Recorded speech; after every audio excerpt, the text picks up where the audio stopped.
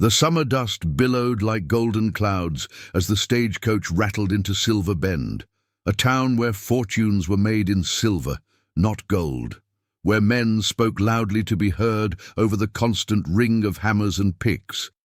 It was a place that valued noise, the shout of success, the clatter of coins, the boast of achievement.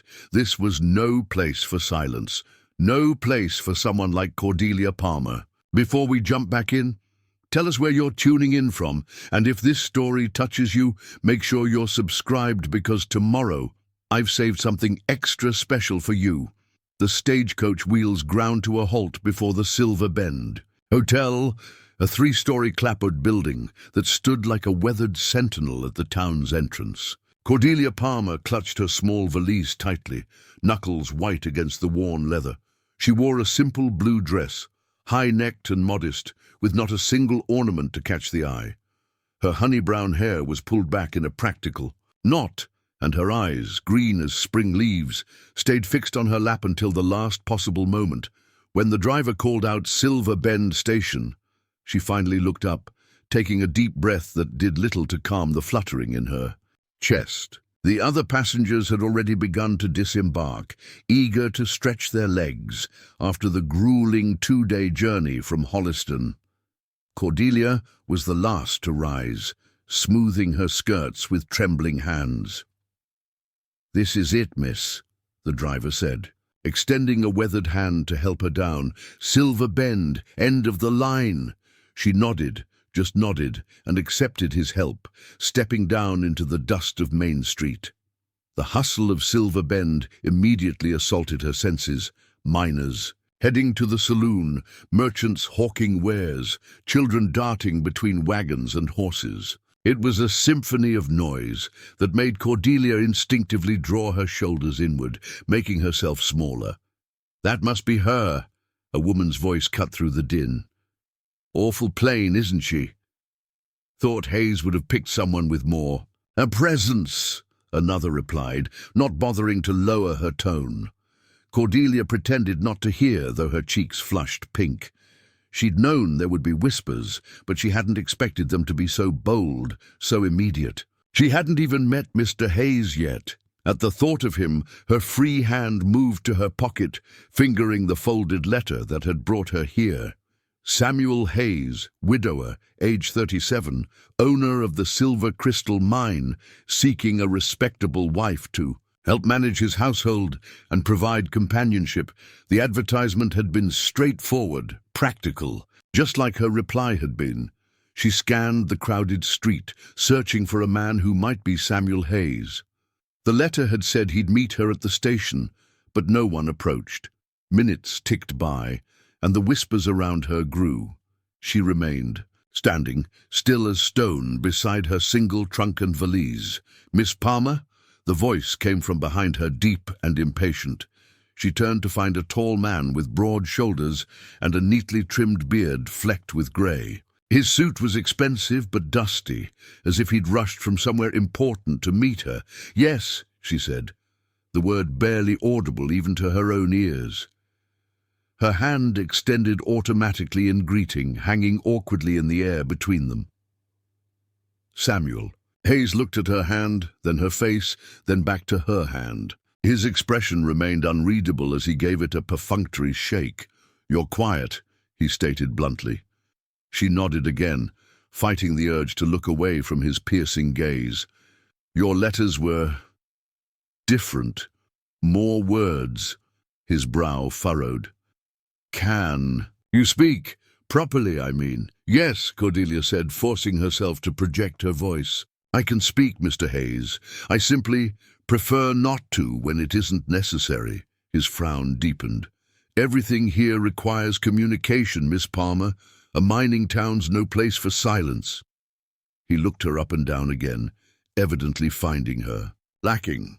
"The wagon's this way." He turned without waiting for a response, signaling a young boy to handle her trunk. Cordelia followed, her steps measured and deliberate, ignoring the stares that tracked her progress down the street. The wagon ride to Hayes Manor was uncomfortable in every sense. The rough-hewn bench offered little cushioning against the rutted, Road. But the silence between them was even harder. Twice Samuel Hayes began to speak, only to fall quiet when Cordelia's responses came soft and brief. The questions he asked required simple answers, and simple answers were what she gave. "Why'd you answer my advertisement?" he finally asked, as they passed the last buildings of Silver Bend proper. Cordelia watched the sprawling landscape unfold before them, pine forests climbing rocky hills, a silver ribbon of river cutting through the valley below.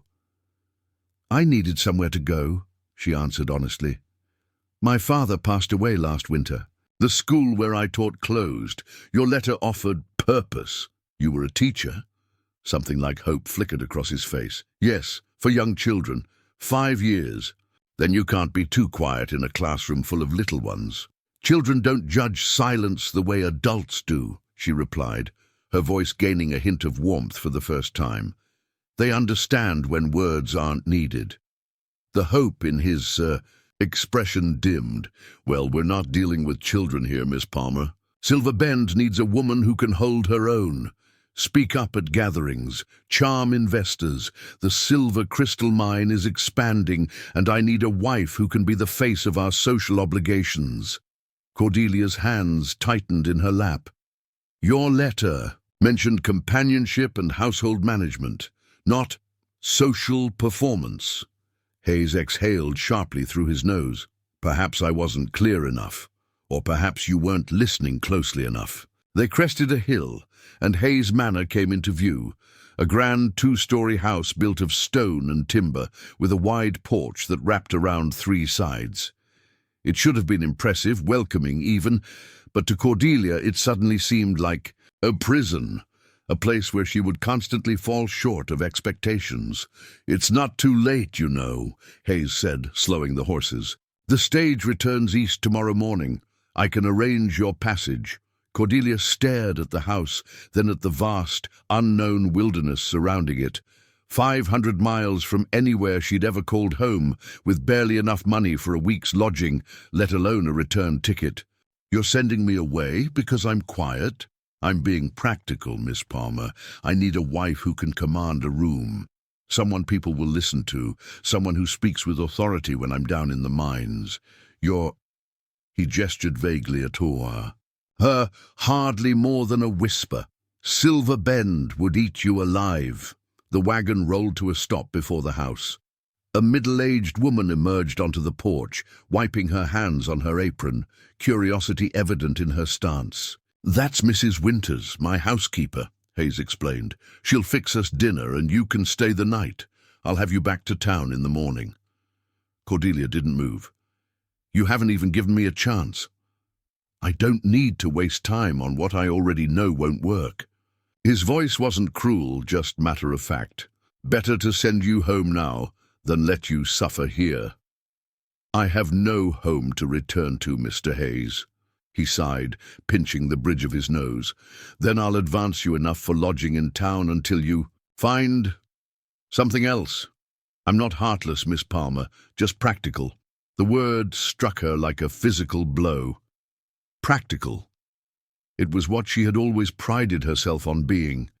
Practical, sensible Cordelia, who never caused trouble, never raised. Her voice never demanded attention. And now, her practicality, her very nature had become her undoing. She stepped down from the wagon without assistance, straightening her spine and lifting her chin. She would not cry. Not here. Not in front of this man who had judged her so quickly. "So finally, Mrs. Winters," Hayes called out, "we have a guest for dinner and the night. Miss Palmer will be returning to town tomorrow." The housekeeper's face registered surprise, then understanding, then pity. Cordelia felt each emotion like a lash against her dignity. "You never mentioned in your letters that you required a performer." "Mr. Hayes," Cordelia said, her voice still quiet but sharp with newfound resolve. "Perhaps you should specify that in your next advertisement. Save the next woman on the journey." For the first time, Samuel Hayes looked genuinely discomforted. He cleared his throat, adjusted his collar, and finally nodded. "Perhaps I should. Now, Shall we go inside? It's been a long day for both of us.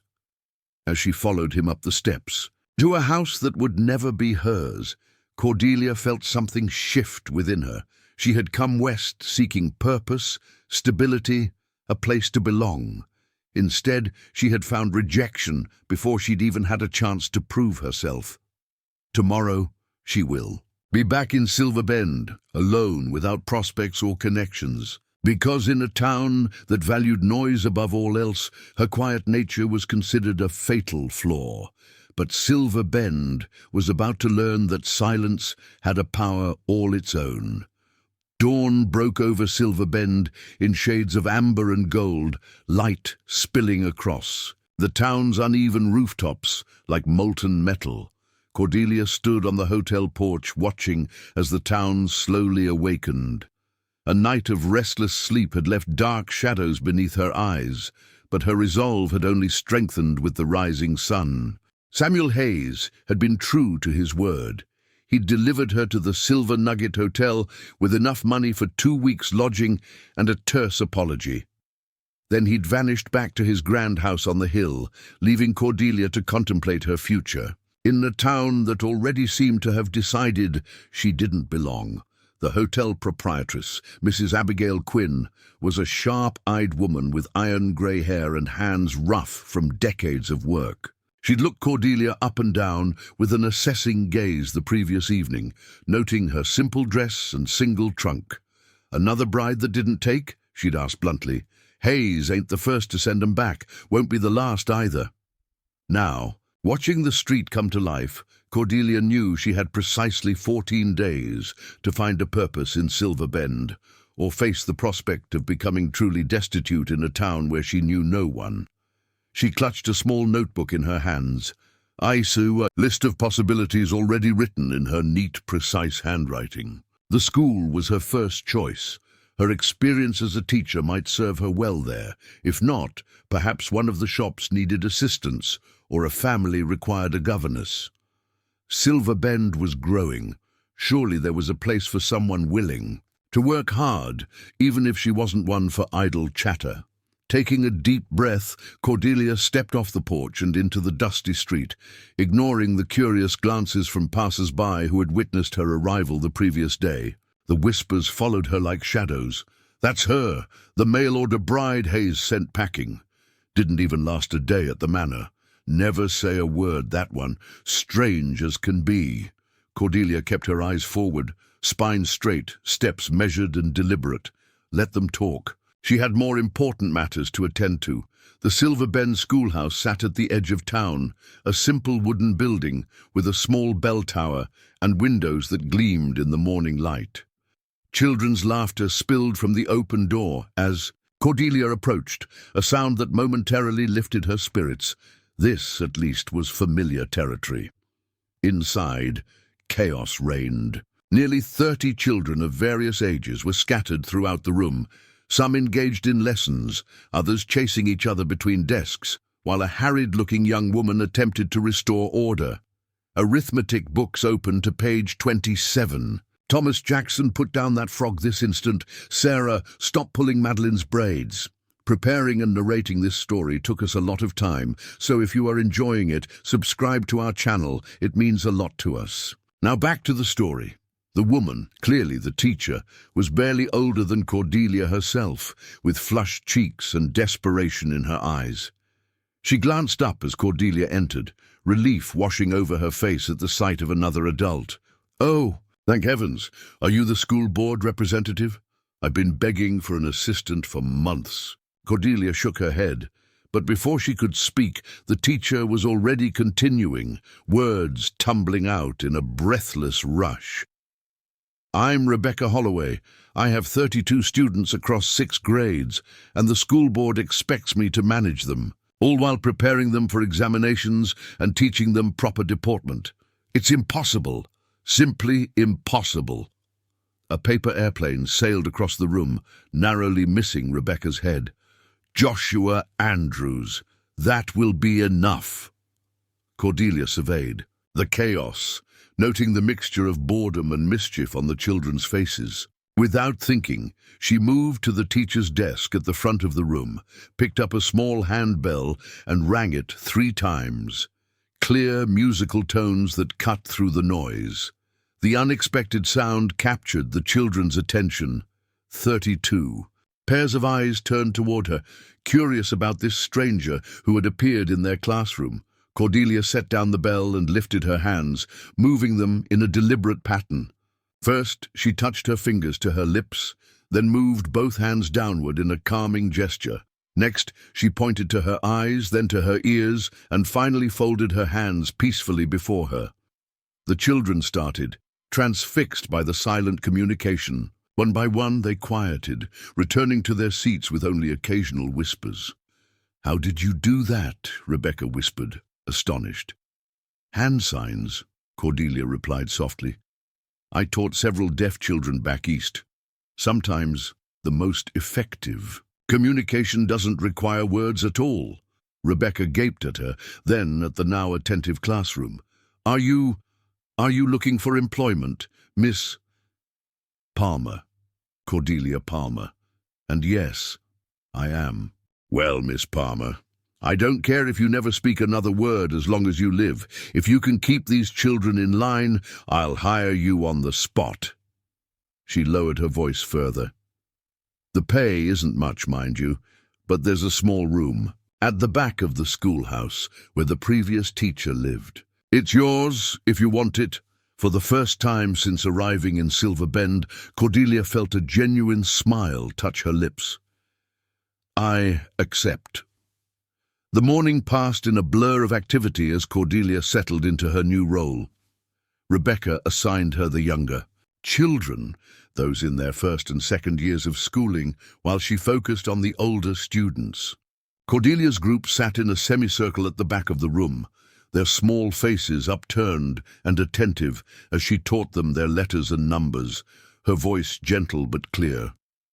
When words failed to capture their attention, she used her hands again, turning the alphabet into a game of shapes and movements that had the children giggling and mimicking her gestures. By midday, they were calling her Miss Cordelia and competing to sit closest to her during lessons. "You're a natural with them," Rebecca commented during the lunch hour as the children played in the schoolyard under the watchful eyes of 2 older students. "Where did you learn those hand signs?" Cordelia hesitated, unused to sharing personal details, but Rebecca's interest seemed genuine, without the judgment she'd faced from others. "My younger sister was born deaf," she explained. "Our parents didn't know how to communicate with her, so I created signs for us.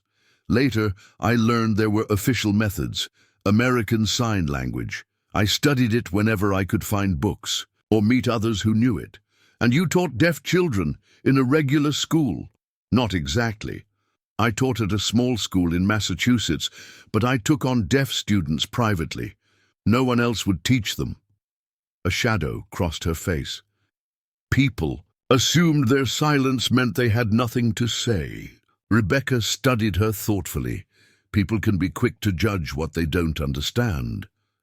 "Yes," Cordelia agreed quietly, thinking of Samuel Hayes and his immediate dismissal. "They certainly can." By the time school ended that afternoon, Cordelia's voice was hoarse from more use than it had seen in months, but her heart was lighter. As the last student departed, Rebecca showed her to the small room behind the schoolhouse, a modest space with a narrow bed, a washstand, a bookshelf, and a small desk beneath a window that overlooked a meadow. "It's not much," Rebecca apologized, "but it's private. The school board covers the cost of firewood in winter, and there's a pump out back for water." "It's perfect," Cordelia assured her, already envisioning how she would arrange her few belongings in this space that was now hers. After Rebecca left for her own home in town, Cordelia returned to the hotel to collect her trunk. Mrs. Quinn seemed surprised by the news of her employment. "The schoolhouse. Well, I'll be. Didn't think they needed help." She gave Cordelia a shrewd look. Though I suppose if anyone could get those wild hellions to behave, it'd be someone who can speak without battling the noise they make." Cordelia offered a small smile, but didn't respond to the backhanded compliment. She paid for her single night's stay, then requested a wagon to transport her trunk to the schoolhouse. "There's Fletcher's delivery service down the street," Mrs. Quinn suggested, "though he charges a pretty penny even for short trips." "Is there perhaps another option?" Cordelia asked, conscious of her limited funds. Mrs. Quinn hesitated, then lowered her voice. "Well, there's Wilson's place at the edge of town. He runs the blacksmith shop. Might haul your trunk for the price of a hot meal. He's different, though, keeps to himself, deaf as a post." Cordelia's head snapped up. "A deaf blacksmith? Strange, ain't it? How a man who can't hear works with metal all day. But he does. Good work, I'll give him that, just don't expect conversation." For the first time since arriving in Silver Bend, Cordelia felt a flutter of genuine interest. "Where can I find this Mr. Wilson?"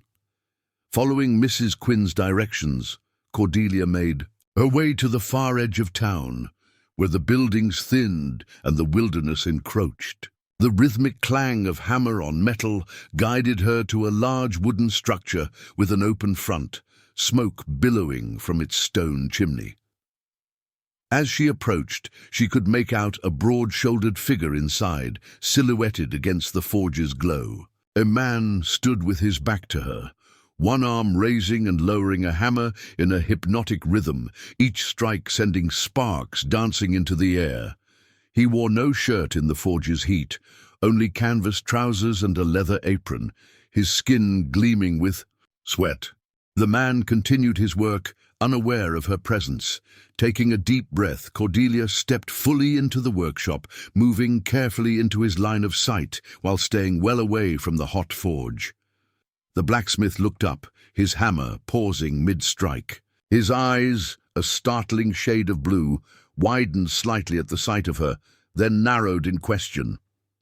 He set down his hammer and straightened, his expression guarded but not unwelcoming. Nathaniel Wilson was not what Cordelia had expected.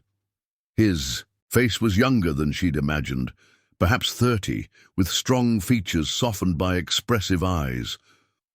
A scar ran along his jawline, disappearing into a short, neatly trimmed beard. His dark hair was tied back from his face, revealing ears that bore the mottled marks of old burns. Gathering her courage, Cordelia raised her hands and signed, "Hello, my name is Cordelia Palmer." The shock on his face was immediate, his work roughened. Hands freezing in place as he registered what she was doing. For a moment, he simply stared. Then, slowly, his hands lifted in response. You know the sign. His movements were different from what she was accustomed to, rougher, more direct, adapted to hands that worked metal rather than delicate things. Cordelia nodded, a smile touching her lips. "Yes, I learned it from my sister. She was deaf."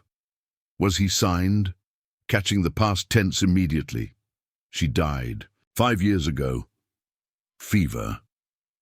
His expression softened with understanding. "I'm sorry." Then, with a hint of suspicion, "Why are you in Silver Bend?" It was a question too complex for her limited signing skills, especially given the differences in their styles. Cordelia reached into her pocket and withdrew a small slate and chalk that she'd carried since her teaching days. "May I?" she asked aloud, gesturing to the slate, knowing he would see the question in her face, if not hear it in her voice.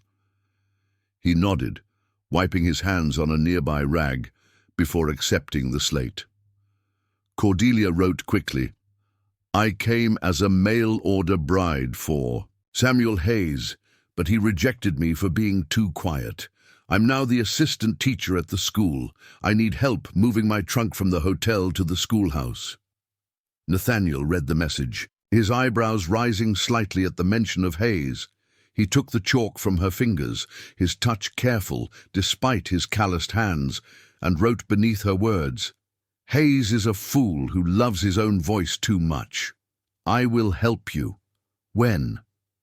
Cordelia felt something warm unfurl in her chest, relief perhaps, or recognition. For the first time since arriving in Silver Bend, she had found someone who understood the value of silence. Now, she signed hopefully. Nathaniel glanced at his unfinished work, then back at her. A small smile lifted one corner of his mouth as he nodded. Now, he agreed, reaching for his shirt. As he doused the forge, Cordelia realized that in a town that prized noise and spectacle, she had found unexpected kinship with a man who lived in perpetual silence. They were both outsiders, both misunderstood, and perhaps both stronger than Silver Bend gave them credit for. The wagon jolted over the rutted path leading to the schoolhouse, each bump sending vibrations through the wooden bench where Cordelia sat beside Nathaniel. Her trunk was secured in the back with rope, its weathered leather a testament to her journey from east to west. Nathaniel handled the reins with practiced ease, his attention divided between the road and Cordelia's hands as she signed simple questions about Silver Bend. Their conversation was unhurried, punctuated by pauses when signing became too complex and they resorted to the slate. These silences felt comfortable, natural, unlike the strained quiet that had stretched between her and Samuel Hayes. "How long have you lived in Silver Bend?" Cordelia signed. Nathaniel thought for a moment, his brow furrowing in calculation. 8 years, he finally responded, his hands moving decisively. "Came after the war." Cordelia nodded, recognizing the shadow that crossed his face at the mention of the conflict that had torn the nation apart. Many men carried such shadows, though few spoke of them. "Were you born deaf?" she asked, then immediately worried the question might be too personal. But Nathaniel didn't seem offended. He shook his head. "Cannon fire," he signed, gesturing to his scarred ears. "Battle of Chickamauga." Realization dawned on Cordelia. The war had taken his hearing, just as illness had taken her sister's. Both losses had shaped their lives in profound ways, steering them toward this unexpected meeting in a frontier town. As they approached the schoolhouse, Rebecca Holloway emerged onto the small porch, her expression shifting from welcome to surprise at the sight of Nathaniel. "Mr. Wilson," she greeted him, her voice carrying a note of uncertainty. "This is unexpected." Nathaniel nodded politely, but didn't attempt to speak. Instead, he moved to the back of the wagon and began untying Cordelia's trunk. "You know Mr. Wilson?" Rebecca asked Cordelia quietly. "We just met," Cordelia explained. "Mrs. Quinn at the hotel suggested he might help with my trunk. I didn't realize." She hesitated, unsure how to explain the immediate connection she'd felt with the deaf blacksmith. "It's just, he rarely interacts with folks in town," Rebecca whispered. "Keeps to himself. Some people find him intimidating."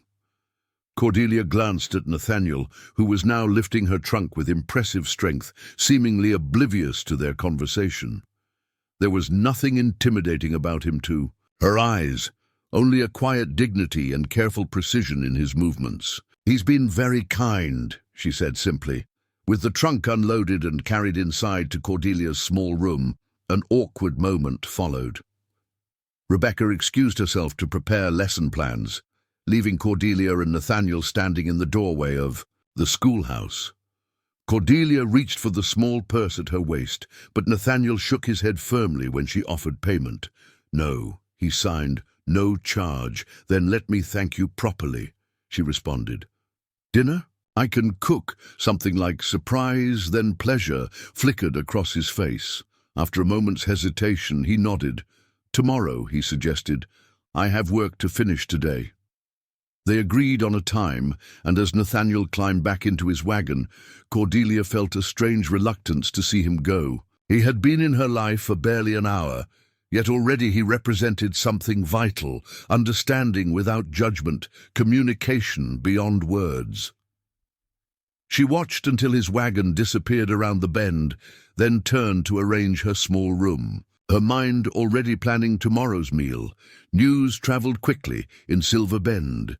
By the following morning, whispers about the quiet new schoolteacher and her interaction with the deaf blacksmith had spread through town. Children arrived at school full of questions. "Is it true you talk with your hands, Miss Cordelia? My ma says you're sweet on that scary blacksmith. Can you teach us to do hand-talking too?" Cordelia addressed their curiosity with calm directness, explaining in simple terms about sign language and how it helped people communicate when words couldn't be heard. "It's another way of speaking," she told them, "like how you might wave hello instead of saying it. Your hands can tell whole stories if you learn how." The children were fascinated, especially when she showed them the signs for their names. By lunchtime, they were practicing simple greetings with one another, giggling at their clumsy attempts. Rebecca observed these lessons with growing interest. "You're opening a whole new world for them," she commented during a quiet moment. "I've lived in Silver Bend all my life, and I never considered how someone like Mr. Wilson experiences it." "Most people don't," Cordelia replied, her voice tinged with an old sadness. "It's easier to avoid what we don't understand than to learn new ways of connecting." As the afternoon sun began its descent, Cordelia prepared for Nathaniel's visit. She had purchased simple ingredients from the general store: flour, butter, dried beans, salt pork, and apples for a modest pie. It wasn't much, but she took pride in creating something welcoming from her limited resources. The small stove in the schoolhouse kitchen glowed with warmth as she worked, her hands moving with practiced efficiency. Cooking had always been a solace, and for her, a creative act that required no words, only attention and care. Precisely at the agreed time, a knock sounded at the schoolhouse door. Cordelia wiped her hands on her apron and went to answer it, finding Nathaniel standing on the porch. He had changed from his work clothes into a clean white shirt and dark trousers, his hair neatly combed and tied back. In his hands, he held a small wooden box. "You look nice," she signed, then blushed at her forwardness. He smiled, a genuine expression that transformed his serious face, and handed her the box. Inside was a delicately crafted iron bookmark, its edge curved into an intricate leaf pattern. "I made this," he signed, "for your books." Cordelia ran her finger along the smooth metal, touched by the thoughtfulness of the gift. "It's beautiful. Thank you." She invited him inside, where the schoolroom had been transformed by the golden light of oil lamps and the rich aromas of her cooking. She had set the teacher's desk as a dining table, covering its scarred surface with a clean cloth and arranging her few pieces of tableware as elegantly as she could manage. The meal was simple: bean soup with salt pork, cornbread and apple pie, but Nathaniel ate with evident appreciation. They conversed through a mixture of signs, written notes and expressive glances, developing a rhythm that felt increasingly natural as the evening progressed. Through their fractured, imperfect communication, Cordelia learned Nathaniel's story bit by bit. He had been a farmer's son from Ohio, taught blacksmithing by his father before the war called him away. After losing his hearing, he had wandered west, seeking a place where a man could be judged by his work rather than his words.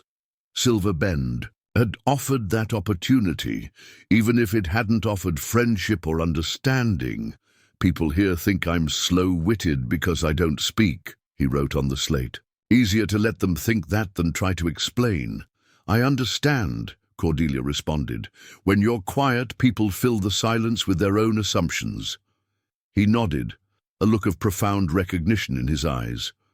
"Why did Hayes reject you?" he asked. Suddenly. "Really?" Cordelia considered the question, formulating her answer carefully before writing. "He wanted a woman who could charm investors and command social gatherings, someone whose voice would echo his importance." "I'm not that woman," Nathaniel's expression darkened. He took the chalk, his strokes firm against the slate. His loss. The simple sentiment warmed her more than it should have. As the evening drew to a close, Nathaniel helped Cordelia clear the dishes. Their hands brushed occasionally, each touch sending a peculiar awareness through her. It had been so long since anyone had truly seen her, not as a quiet woman to be fixed or changed, but as a person whose silence held strength. At the doorway, they paused. Nathaniel's blue eyes studied her face in the lamplight, his expression serious once more. "Thank you," he signed. "Best meal in years." "Thank you for helping me," she responded, "and for understanding."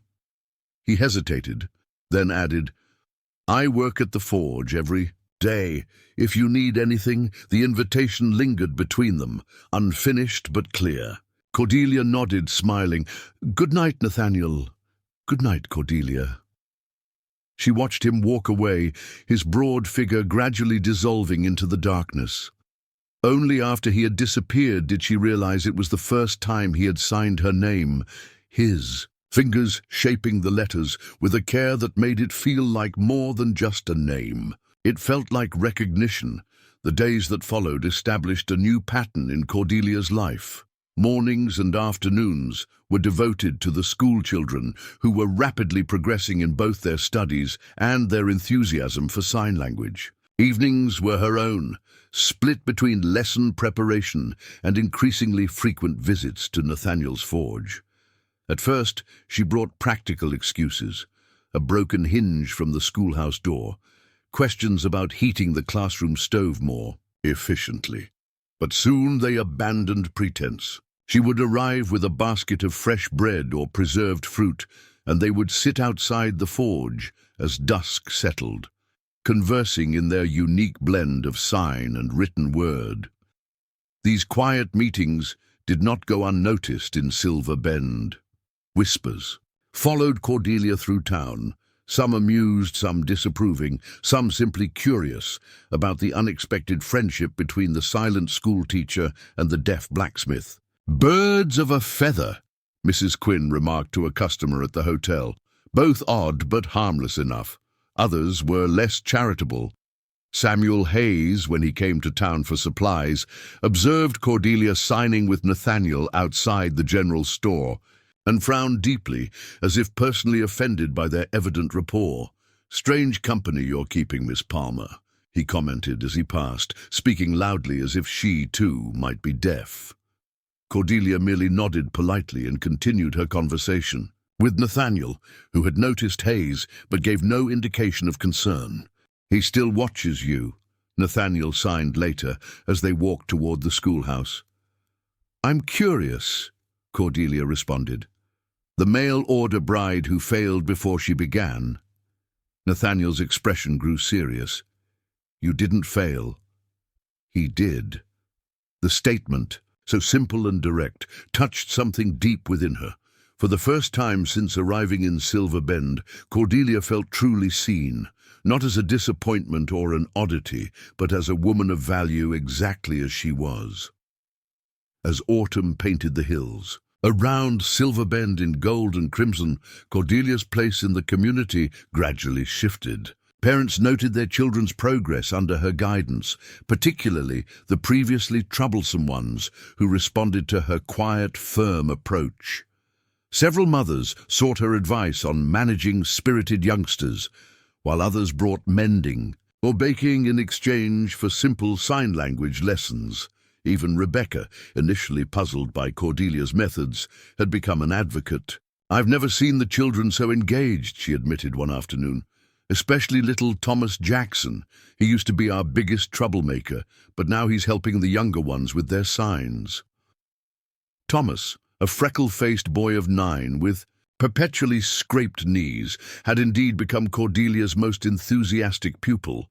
His nimble fingers quickly mastered the basic signs, and his natural empathy made him eager to help others learn.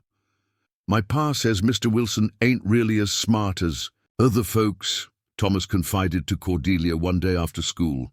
"But that's not true, is it? He just talks differently." "Your father is mistaken," Cordelia replied gently. Mr. Wilson is very intelligent. Sometimes people confuse speaking with thinking, but they're not the same thing at all. Thomas considered. This with a child's directness, like how you're real quiet but you know lots of things? Cordelia smiled. Exactly like that. The boy nodded decisively. I'm gonna tell Pa he's wrong then. Perhaps, Cordelia suggested. You could show your father some signs instead. Sometimes showing works better than telling. This exchange proved prophetic. Within days, several children had begun teaching simple signs to their parents, creating small ripples of change throughout Silver Bend. Most adults participated with amused tolerance, viewing it as a harmless game. But a few, like Thomas's father, a burly miner with a surprisingly gentle touch when forming signs with his rough hands, embraced the learning with genuine interest.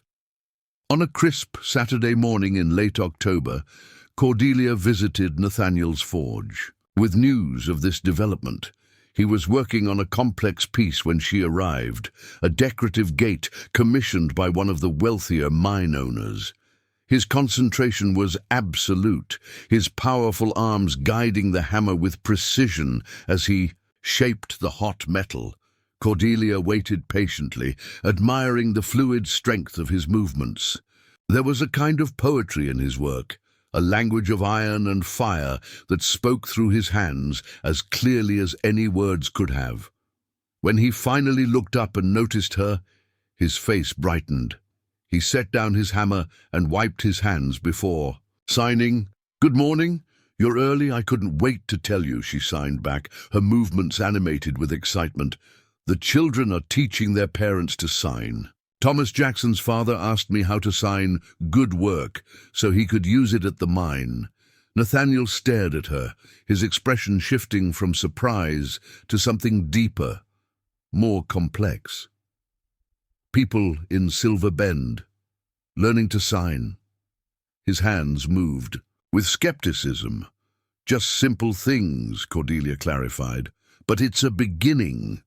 He shook his head slowly, not in negation, but in wonder. You've been here less than 2 months. We've been here, she corrected, emphasizing the sign for we with deliberate care. Something shifted in his gaze then, a vulnerability that made Cordelia's heart quicken. For a moment, neither moved. Then, Nathaniel reached for the slate that now permanently resided on his workbench. I never thought I would belong in Silver Bend, he wrote. Then you arrived. The simple statement hung between them, honest and unadorned as the metal he worked. Cordelia took the chalk, her hand slightly unsteady. I came looking for a place to belong. I think I've found it. Their eyes met over the written words, an unspoken understanding passing between them. Nathaniel's hand moved toward hers, his fingers rough with calluses but achingly gentle as they covered her smaller ones. The moment was broken by the sudden arrival of Thomas Jackson, who burst into the forge with childish exuberance. Miss Cordelia, Mr. Wilson, you gotta come quick, he exclaimed, then remembered to sign along with his words, his small hands moving rapidly, if imperfectly. There's trouble at the saloon. Mr. Hayes is really mad, saying awful things about both of you. Cordelia's stomach clenched. What things, Thomas? The boy shifted uncomfortably. Mean things. About you two being wrong somehow. And about the school teaching devil's talk with hands. His distress was evident. Pa told him to shut his mouth. But Mr. Hayes has been drinking, and he's got those mean fellows with him, the ones who work his mine. Nathaniel, who had been watching Thomas's signs and Cordelia's lips, frowned deeply. He picked up the slate. What's happening? Cordelia quickly explained, her handwriting less neat than usual. Nathaniel's expression hardened as he read. Stay here, he signed firmly. I'll handle it. No, Cordelia said aloud, remembering to sign simultaneously. We'll handle it together. Nathaniel looked ready to argue, but something in her face must have dissuaded him. After a moment he nodded, reaching for his shirt. Thomas watched this exchange with wide eyes. "Are you gonna fight Mr. Hayes?" he asked, a hint of excitement creeping into his voice. "No, Thomas," Cordelia assured him. "We're going to talk to him." She paused, then added more quietly, "In whatever language he understands." As they walked toward town, Nathaniel beside her and Thomas trailing slightly behind, Cordelia felt an odd calm settle over her. The woman who had stepped off the stagecoach barely 2 months ago, uncertain, anxious, desperate for approval, seemed like a stranger now. Silver Bend had rejected her for her quietness. Now it would learn just how powerful silence could be. The Silver Dollar Saloon dominated the center of Main Street, its swinging doors spilling light and noise into the gathering dusk. Even from a distance, Cordelia could hear raised voices, Samuel Hayes's distinctive tenor cutting through the general din. Outside the saloon, a small crowd had gathered, drawn by the commotion within.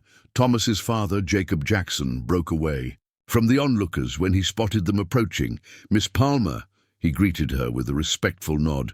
"Mr. Wilson." He turned to his son with a stern expression. "Thomas, I told you to stay put." "Had to warn them, Pa," Thomas replied stubbornly. Jacob sighed, then addressed Cordelia. "Hayes has been drinking since noon. Started spouting nonsense about an hour ago, saying you're filling the children's heads with devil talk and turning the town against decent folk." He glanced at Nathaniel. "Said some other things not fit for repetition." Cordelia nodded quickly, signing a translation for Nathaniel, whose jaw tightened visibly. "How many men are with him?" she asked. 4 or 5 of his mine supervisors, all half drunk and looking for trouble. Jacob's expression was troubled. "Sheriff's out at the Reynolds farm, handling a dispute. Won't be back till morning." Nathaniel tapped Cordelia's shoulder and signed, "You should go back to the school." "Not safe." "We stayed together," she replied firmly. He studied her face for a moment, then nodded, his expression a mixture of concern and something that looked remarkably like pride. As they approached the saloon, the doors burst open and Samuel Hayes emerged, flanked by 2 burly men. His face was flushed with alcohol, his normally immaculate appearance disheveled. He stopped short at the sight of Cordelia and Nathaniel, a sneer distorting his features. "Well, if it isn't the mute and the deaf," he called, his voice carrying down the street. "Come to see what real people sound like?" Several bystanders shifted uncomfortably, but no one intervened. Hayes took their silence as encouragement. "Warned you, didn't I?" he continued, addressing Cordelia directly now. "Said this town would eat you alive. Instead, you've been filling our children's heads with your strange gestures, making them think there's something wrong with speaking God's good English." Cordelia felt Nathaniel tense beside her, but she placed a subtle hand on his arm before stepping forward. She kept her voice level, but loud enough to carry to the gathered crowd. "The children are learning more than one way to communicate, Mr. Hayes. That's all." She maintained eye contact, refusing to be intimidated. "Knowledge is never a curse," Hayes snorted. "Knowledge, is that what you call it? Looks like witchcraft to me, talking with hands like some kind of savage." He swayed slightly, pointing an accusing finger. "And you've bewitched half the town with your quiet ways, haven't you? Even turned children against their parents." "That's not true, Mr. Hayes," Thomas piped up unexpectedly from behind Cordelia. "I still listen to my pa. I just know more things now." Hayes's gaze swiveled to the boy, then to Jacob Jackson, who had moved protectively closer to his son. "You letting a woman and a deaf mute tell you how to raise your boy, Jackson?" Jacob straightened, his miner's shoulders squared. "I let my boy learn useful things, Hayes, and respect for others is the most useful thing there is." A murmur of agreement rose from several onlookers. Hayes's face darkened as he realized he was losing his audience. "She wasn't good enough to be my wife," he spat, gesturing wildly at Cordelia. "Not good enough for a real man. So she settled." For damaged goods, his contemptuous gaze flicked to Nathaniel. Can't even defend yourself, can you, Wilson? Need a woman to speak for you? Nathaniel's expression remained impassive, but Cordelia could see the tension in every line of his body. She began to sign, translating Hayes's words. Nathaniel caught, her hands stopping her with a subtle shake of his head. He already understood the gist from Hayes's sneering expression and Cordelia's reaction. To everyone's surprise, Nathaniel stepped forward. He pointed at Hayes, then at himself, then made a gesture of writing in the air. Hayes's sneer deepened. What's he doing? Some kind of threat? He's challenging you, Cordelia translated, a hint of satisfaction in her voice. But not to a fight, to a contest of skill. This interpretation caused a ripple of interest among the spectators. Nathaniel nodded, then elaborated with signs that Cordelia translated for the crowd. He says you claim to be better than him because you can hear and speak. He challenges you to prove your superiority through actions, not words. Hayes blinked, momentarily thrown off balance by this unexpected turn. What kind of contest? Nathaniel looked to Cordelia, who understood immediately. The fall festival is in 2 weeks. Mr. Wilson proposes that you each create something of value for the auction. You with all your advantages, he with his supposed disadvantages. Let the town decide whose work is worth more. Hayes scoffed. He's a blacksmith. I'm a mine owner. It's hardly a fair comparison. Then it should be easy for you to win, Cordelia replied coolly. Unless your confidence is only in your voice, not your abilities. The challenge hung in the air. Impossible for Hayes to dismiss without losing face before the very townspeople whose respect he craved. Several of the miners exchanged glances, clearly interested in seeing their boss put to such a test. Fine. Hayes finally spat. Let him try to beat me. It'll only prove what everyone already knows, that a man who can't even hear isn't worth half a normal man. Nathaniel's expression didn't change, but he extended his hand formally. After a moment's hesitation, Hayes grasped it briefly, then turned away, motioning for his companions to follow. This isn't over, he muttered as he passed Cordelia. Not by a long shot. As Hayes and his men disappeared into the gathering darkness, the tension in the air gradually dissipated. Several townspeople approached Cordelia and Nathaniel, some curious, some approving, some simply relieved that violence had been avoided. Jacob Jackson clapped Nathaniel on the shoulder. "Smart move," he commented. "Hayes talks big, but he's all show. This'll be interesting to watch." Cordelia signed the comment to Nathaniel, who offered a small, tight smile in response. Only she noticed the doubt that briefly flickered in his eyes. As they walked back toward the schoolhouse, Thomas now safely with his father, Cordelia touched Nathaniel's arm to gain his attention. Why challenge him that way? She signed. Nathaniel's response was deliberate, his movements carrying a weight beyond the simple signs. Words are his weapon. They can't be mine. I needed to change the battle. Cordelia nodded slowly, understanding the strategy. But what will you make for the auction? A ghost of a smile touched his lips. Something that speaks without sound. Later that night, after Nathaniel had returned to his forge and Cordelia to her small room behind the schoolhouse, she sat by the window, watching the stars emerge above the hills.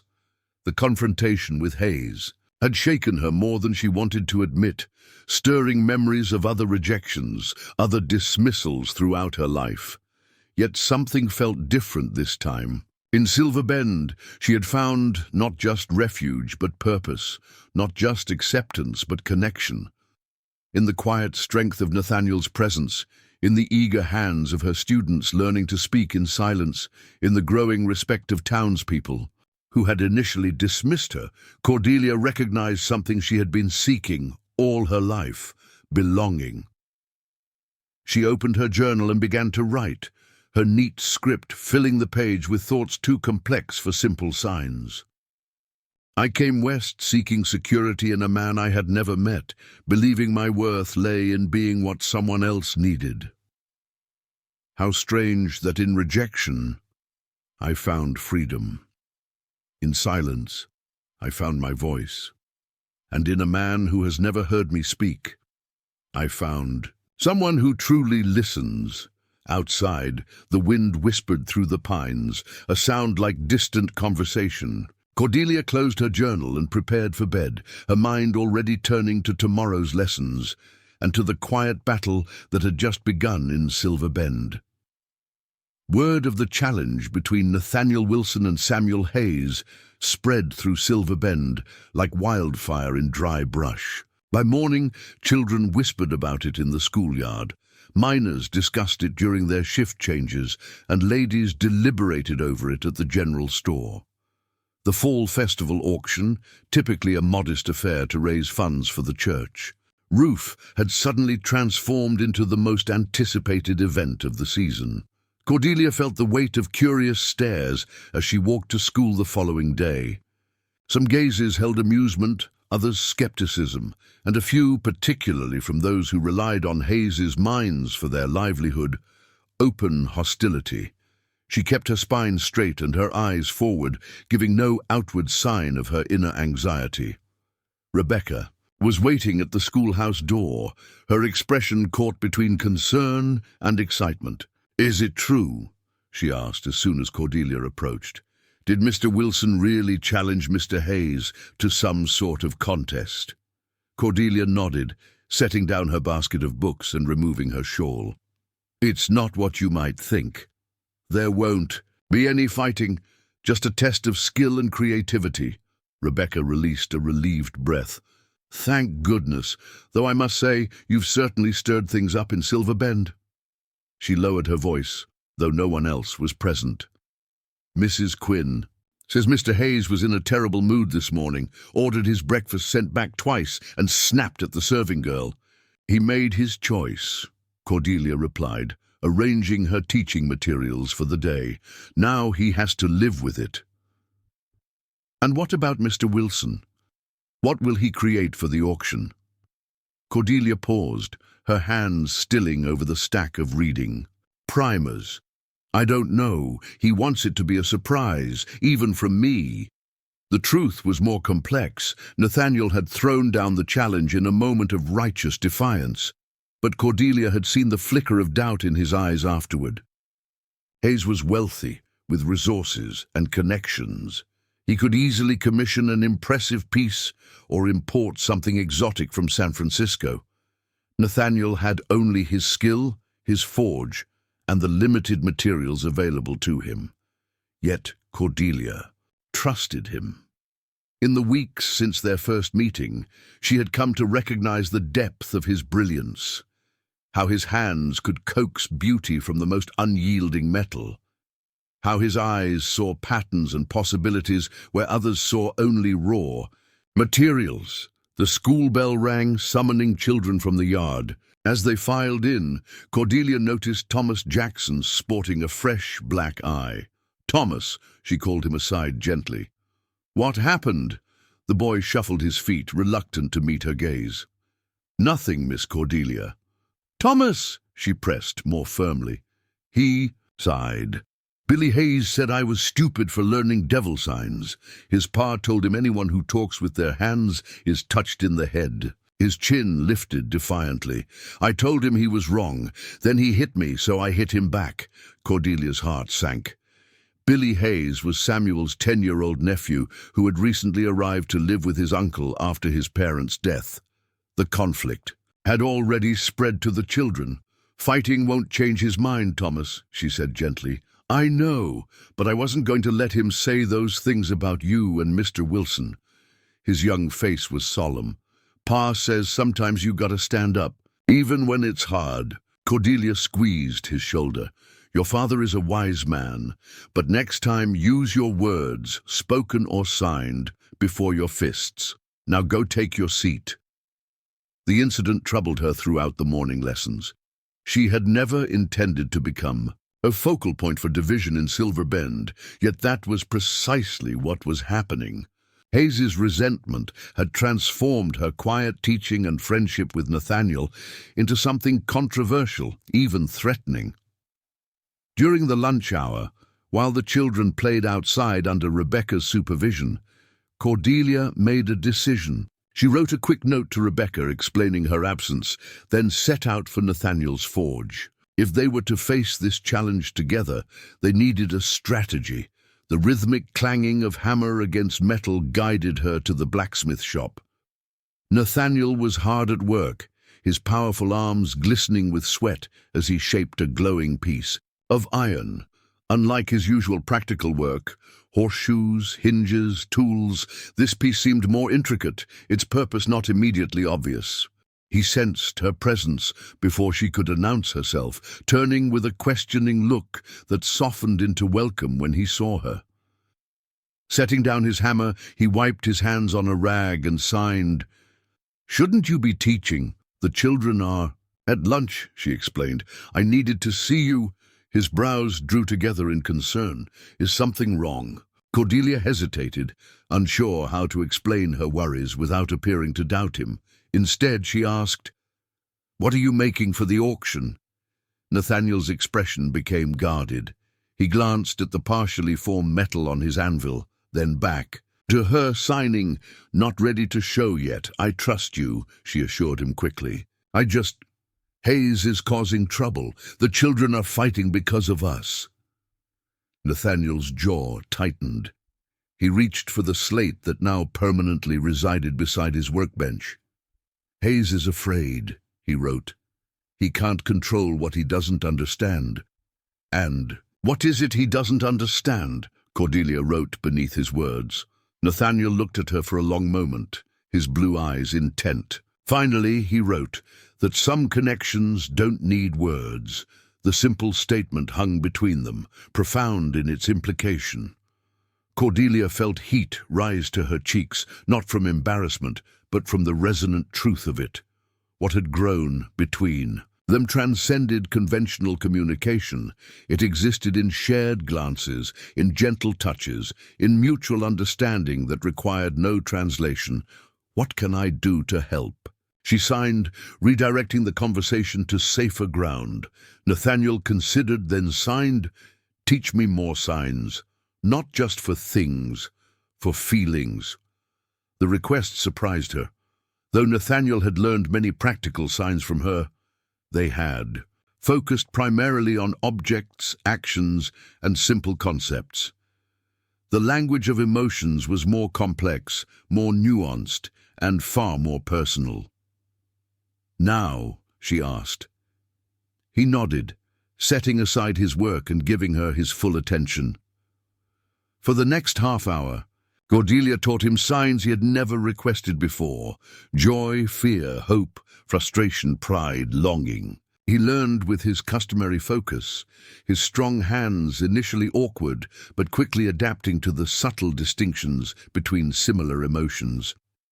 When she showed him the sign for love, crossed arms pressed to the chest, then extending outward, his eyes never left hers as he replicated the movement with careful precision. The forge seemed suddenly warmer, the air between them charged with unspoken meaning. Cordelia looked away first, signing that she needed to return to school. "Thank you." Nathaniel signed as she prepared to leave. "I needed these words." "For what?" she couldn't help asking. He smiled mysteriously. "You'll see." The days leading up to the fall festival passed in a blur of activity. Cordelia divided her time between teaching, helping with festival preparations, and visiting Nathaniel's forge, though he now kept his special project carefully hidden whenever she arrived, working on it only when alone.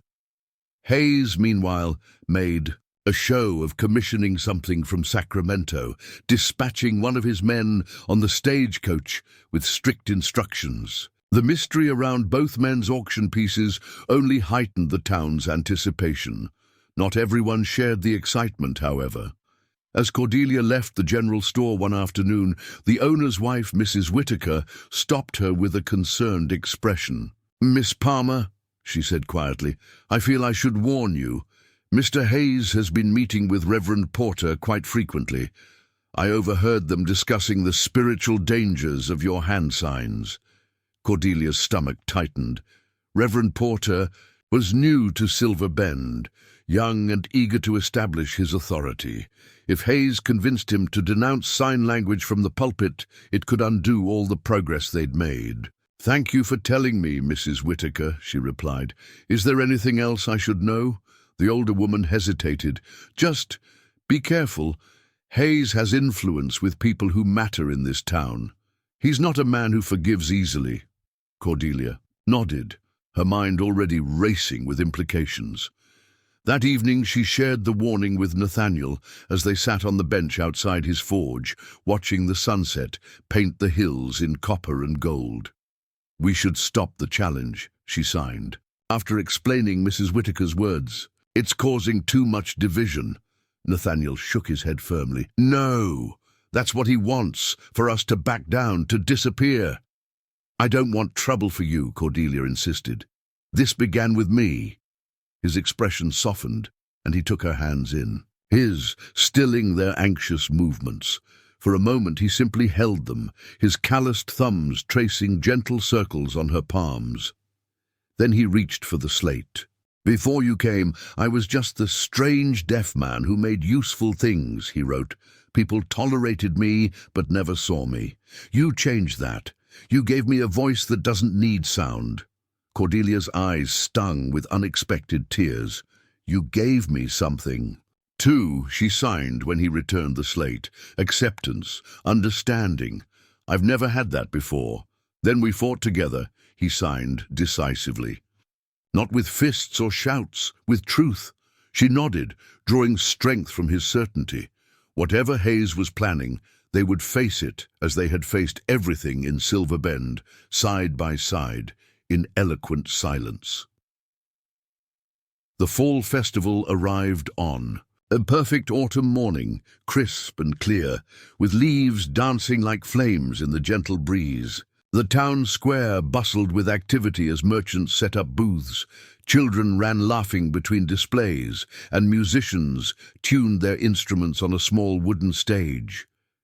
At the center of it all stood the auction table, still empty but surrounded by curious onlookers hoping for an early glimpse of the competing entries. The items would remain covered until the official unveiling at noon, adding to the drama that had consumed Silver Bend for weeks. Cordelia arrived early, having promised to help Rebecca with the schoolchildren's choral performance. As she crossed the square, she noticed Reverend Porter deep in conversation with Samuel Hayes near the church steps. Both men fell silent as she passed, following her with calculated stares. She felt a flutter of apprehension, but pushed it aside, focusing instead on the children who greeted her enthusiastically. They had prepared a special song for the festival, with accompanying hand signs that Cordelia had taught them, a simple demonstration of how spoken and signed language could complement each other beautifully. "Is Mr. Wilson coming to see us sing?" "Miss Cordelia?" asked Sarah, a small girl with blonde braids. "I'm sure he'll be here," Cordelia assured her, though in truth she hadn't seen Nathaniel since the previous evening. He had been working through the night to finish his auction piece, promising to meet her at the festival when it was complete. As the morning progressed, the square filled with townspeople and visitors from neighboring settlements. Cordelia searched the crowd periodically for Nathaniel's tall figure, but saw no sign of him. The auction was scheduled to begin in less than an hour, and his absence was becoming noticeable. Rebecca approached, her face pinched with worry. "The children are ready to perform, but I don't see Mr. Wilson anywhere. And Mr. Hayes just arrived with his auction piece. It's enormous, whatever it is. It took 3 men to carry it." Cordelia's concern deepened. "I'll check his forge. Perhaps he lost track of time." "Hurry," Rebecca urged. "The children wanted him to see their signs, and the auction—" "I know," Cordelia interrupted, already turning toward the path that led to Nathaniel's workshop. She walked as quickly as dignity would allow, her skirts gathered in one hand to avoid the dust, As she approached the forge, she noticed something unusual, the absence of smoke from the chimney. Nathaniel's fire was out, something that rarely happened when he was working. The workshop door stood partially open. Cordelia called out as she entered, though she knew he wouldn't hear her. The interior was dim after the bright sunlight outside, and it took a moment for her eyes to adjust. The forge was cold, the tools neatly arranged, the floor swept clean. On the workbench sat an object covered with a simple cloth. Beside it, a folded piece of paper with her name written in Nathaniel's careful hand. Cordelia's heart raced as she unfolded the note. Cordelia, I finished my piece for the auction. Take it to the square for me. Something has happened. Hayes's men came before dawn. Don't worry, I am unharmed but must handle this before facing the town. Trust me. Nathaniel. Her hands trembled as she set down the note. What had Hayes done? And what had Nathaniel created that was worth such interference? Carefully, she lifted the cloth covering the mysterious object. What she saw beneath stole her breath. It was a book, or rather, a sculpture of a book, crafted entirely of metal.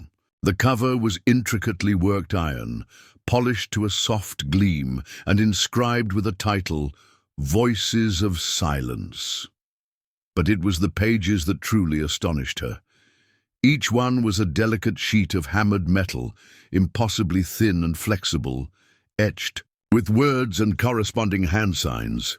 Cordelia turned the metal pages with wonder. Nathaniel had created a sign language primer, the first she had ever seen, with each page depicting a different word or concept.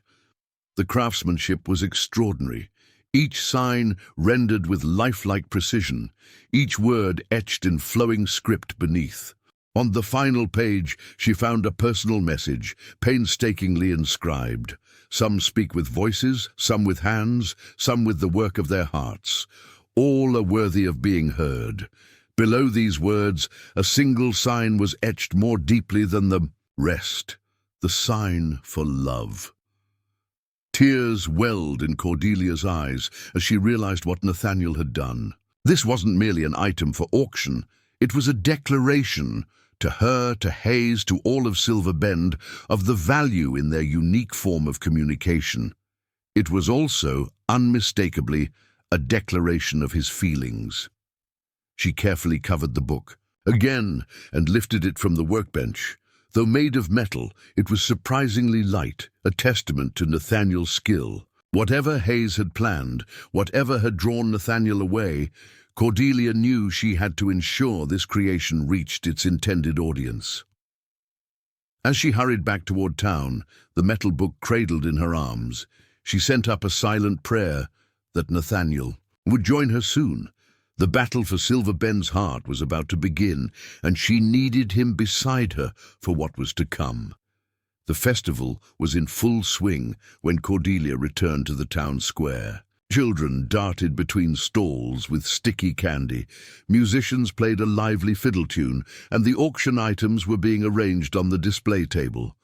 All except Hayes's mysterious contribution, which remained in a large crate nearby, guarded by two of his miners.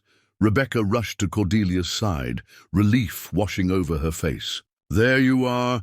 The auction begins in 20 minutes. Did you find Mr. Wilson?" "No," Cordelia replied, her voice steady despite her concern. "But I have his piece for the auction." She nodded toward the wrapped metal book in her arms. Rebecca eyed it curiously but asked the more pressing question, "Where is he?" "I don't know exactly. He left a note saying there was trouble, something about Hayes's men coming to the forge before dawn." Cordelia glanced toward the auction table. "What is Hayes offering?" "No one knows yet. It arrived in that crate, and he won't let anyone near it until the unveiling." Rebecca lowered her voice. "He seems awfully confident, Cordelia. Been strutting around all morning like he's already won." Cordelia's jaw tightened. "Is Reverend Porter here?" "At the church booth with his wife." "Why?" "Mrs. Whitaker warned me that—" Hayes has been trying to turn him against sign language, against us. I'm worried about what might happen today." Rebecca squeezed her arm reassuringly. "Half the town has seen how the children have flourished under your teaching. Whatever Hayes is planning, he can't undo that." Cordelia wasn't so sure, but she nodded and moved toward the auction table to register Nathaniel's entry. The auction. Master Mr. Finch greeted her with raised eyebrows. "Miss Palmer, I was beginning to wonder if Mr. Wilson had lost his nerve." "He sends his apologies for not delivering this personally," Cordelia replied, placing the wrapped book on the table. "He was unexpectedly detained." Finch made a notation in his ledger. "Very well. The auction begins promptly at noon. All items will be unveiled simultaneously." He glanced at her with genuine curiosity. "I must admit, the town is rather eager to see what Mr. Wilson has created to challenge Mr. Hayes." "It will speak for itself," Cordelia assured him. As she turned to leave, she nearly collided with Samuel Hayes himself. He was impeccably dressed in an expensive suit, his beard freshly trimmed, his demeanor one of barely contained satisfaction. "Miss Palmer," he greeted her with false courtesy, "I see you're delivering Wilson's entry. How devoted of you. Is he indisposed?" The deliberate emphasis on the word made Cordelia's skin prickle with apprehension. Hayes knew something about Nathaniel's absence, perhaps had orchestrated it. "He'll be here shortly," she replied, meeting his gaze steadily. Hayes smiled, the expression never reaching his eyes. "I wouldn't count on that. Some men simply aren't cut out for public spectacles." He leaned closer, lowering his voice. "You backed the wrong horse, Miss Palmer. I offered you respectability, a position in society. Instead, you chose a broken man who can't even hear his own hammer." Anger flashed through Cordelia, hot and unfamiliar. "Mr. Wilson hears more with his eyes than you do with your ears, Mr. Hayes, and he speaks more truth with his hands than you do with all your fine words." Hayes's jaw tightened, the only indication that her barb had struck home. "We'll see what Silverbend thinks about that," he replied, then strode away toward his waiting auction piece. Cordelia watched him go, fighting to calm her racing heart. Something was very wrong. Hayes was too confident, too pleased with himself. And where was Nathaniel? "Not yet," Cordelia admitted, "but we'll perform beautifully for everyone who is here. Remember what we practiced." As the children took their places, Cordelia noticed Reverend Porter watching from the front of the crowd, his expression stern and assessing. Beside him stood his wife, a gentle-faced woman who had always been kind to Cordelia at church services. The musicians concluded their piece, and Rebecca stepped forward to introduce the children's performance. "Ladies and gentlemen, the students of Silver Bend School have prepared a special presentation combining songs and the hand signs they've been learning from Miss Palmer." A murmur ran through the audience, some appreciative, some skeptical. Cordelia positioned herself where the children could see her hands clearly, then gave the signal to begin. The children's voices rose in sweet harmony, singing a simple hymn about friendship and kindness. As they sang, their small hands formed the corresponding signs, creating a visual melody that matched their vocal one. The effect was mesmerizing, sound and silence working in perfect tandem, enhancing rather than competing with each other. Cordelia watched the crowd's reaction from the corner of her eye. Many parents beamed with pride at their children's performance. Others looked intrigued by this novel form of expression. Even Reverend Porter's stern countenance had softened slightly as he observed the innocent joy on the children's faces. When the song concluded, spontaneous applause erupted from the audience. The children bowed, grinning with pride at their success. Thomas caught Cordelia's eye and signed quickly. "We did it," she nodded, returning the sign with a smile. "Beautiful." As the children dispersed to find their parents, Mr. Finch mounted the stage to announce the beginning of the auction. Cordelia, made her way through the crowd toward the display table, still scanning for any sign of Nathaniel. "Ladies and gentlemen," Finch called, his auctioneer's voice carrying across the square, "we now begin the highlight of our fall festival, the charity auction to benefit our church roof fund." The crowd pressed forward eagerly, many whispering about the much-anticipated showdown between Hayes and Wilson. Cordelia found herself standing near Jacob Jackson, who greeted her with a concerned frown. "Any word from Wilson?" he asked quietly. She shook her head. "Something's wrong, Mr. Jackson. Hayes is too pleased with himself." Jackson's frown deepened.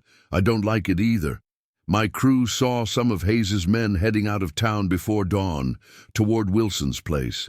I sent Thomas to find you, but you'd already left the schoolhouse." Cordelia's concern escalated to genuine fear. What had Hayes done? "And now," Finch announced, "the moment you've all been waiting for. 2 special entries have been submitted to our auction this year, in what some have called a contest of skill and vision." He gestured to the 2 covered items on the display table, Nathaniel's book at one end, Hayes's mysterious crate at the other. First, from Mr. Samuel Hayes, mine owner and prominent citizen of Silver Bend. At Finch's signal, Hayes stepped forward and unveiled his contribution with a flourish. A collective gasp rose from the crowd. It was a magnificent music box imported from Europe, its polished mahogany case inlaid with mother-of-pearl and gold. Hayes turned a key at its base, and a beautiful melody filled the air as tiny mechanical figures, a lady and gentleman, danced across the top. "This music box," Hayes announced proudly, "was crafted by the finest artisans in Vienna. It represents the beauty of cultured society, the harmony of civilization, the very values upon which Silver Bend was built." He paused dramatically. "It speaks to us all in the universal language of music, a language anyone with ears can appreciate." The pointed barb was not lost on the crowd. Several people shifted uncomfortably, while others nodded in appreciation of the beautiful object. "And now," Finch continued, "the entry from Mr. Nathaniel Wilson." All eyes turned to the other end of the table, where Cordelia's heart sank as she realized she would have to unveil Nathaniel's creation in his absence. Taking a deep breath, she stepped forward. "Mr. Wilson was unavoidably detained," she explained, her quiet voice nonetheless carrying in the sudden hush. "He asked me to present his piece." With steady hands, she removed the cloth covering the metal book.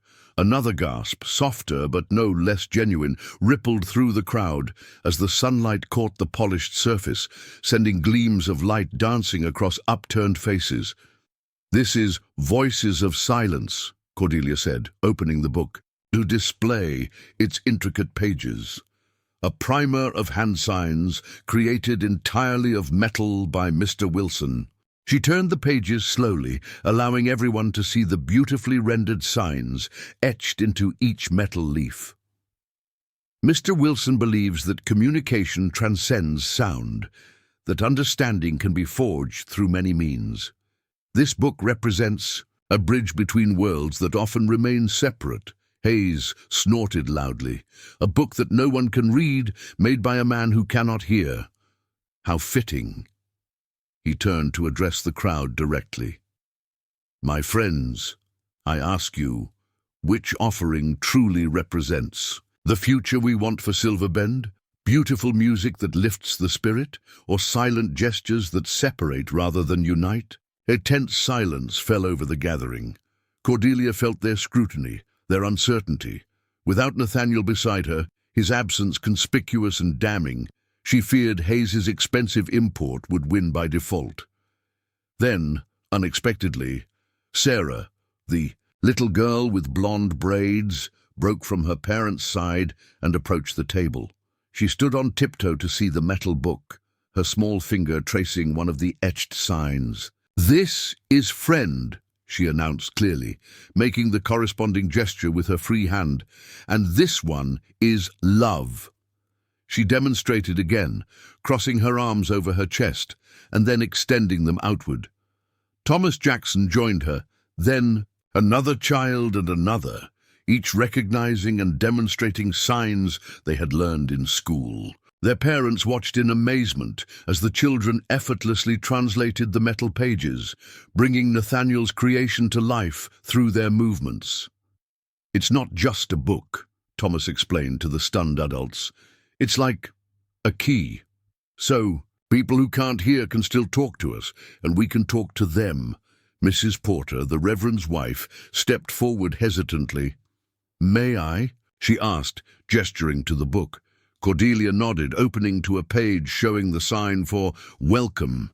The Reverend's wife studied it, then carefully replicated the gesture, her movements awkward but sincere. "Is this correct?" she asked Thomas. The boy nodded enthusiastically. "Yes, ma'am. That's perfect."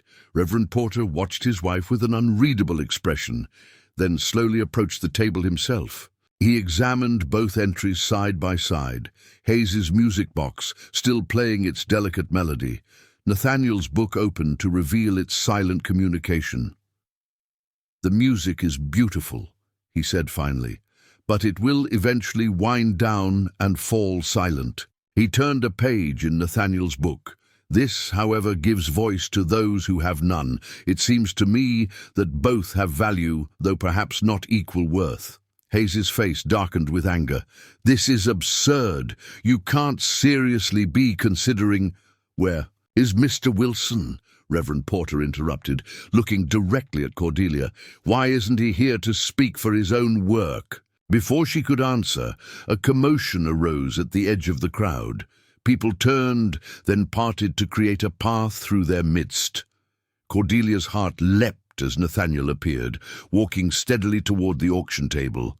He was disheveled, his clothes dusty and torn at one shoulder, a dark bruise blooming on his jaw. Behind him came Sheriff Taylor, leading two of Hayes's miners with their hands bound. The music box's melody seemed suddenly discordant in the tense silence that fell over the square.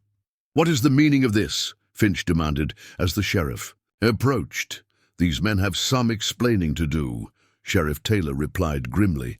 "Seems they decided to make sure Mr. Wilson missed his own auction by locking him in the old mine shaft out past his property." All eyes turned to Hayes, whose face had gone pale beneath his well-trimmed beard. "I had nothing to do with that," he blustered, though his darting gaze betrayed him. "They say differently," the sheriff countered. "Claim you paid them to keep. Wilson occupied until after the auction. Said you didn't specify how, just that he couldn't show his face in town today." A low murmur of disapproval rippled through the crowd. Hayes's desperate glance found no allies among the gathered townspeople, only shock and growing condemnation. Nathaniel moved to stand beside Cordelia, his presence steady despite his disheveled appearance. She wanted to reach for his hand, to ask if he was truly unharmed, but propriety held her back. Instead, she signed discreetly, "Are you all right?" He nodded slightly, then turned his attention to his creation on the display table. His expression softened as he saw it open, surrounded by children eager to demonstrate their knowledge of the signs depicted within. Hayes, sensing the tide turning against him, made one last desperate attempt to salvage his position. "This changes." "Nothing. The auction is about the items themselves, not the men who presented them." "I disagree," Reverend Porter said, his voice carrying authority. "These items represent not just craftsmanship, but values. Mr. Hayes offers us imported beauty that depends on mechanics to create harmony. Mr. Wilson offers us a tool for human connection that depends on understanding and inclusion." He looked around at the gathered townspeople. "I know which better represents the spirit of Silver Bend as I wish to see it." A murmur of agreement rippled through the crowd. Jacob Jackson stepped forward and placed a hand on Nathaniel's shoulder. "I'll start the bidding on Wilson's book at $20, he announced firmly. 25, called Mrs. Porter, to her husband's evident surprise. 30, added Rebecca Holloway. Within minutes, a bidding war had erupted over Nathaniel's creation, driving its price far beyond what anyone had expected.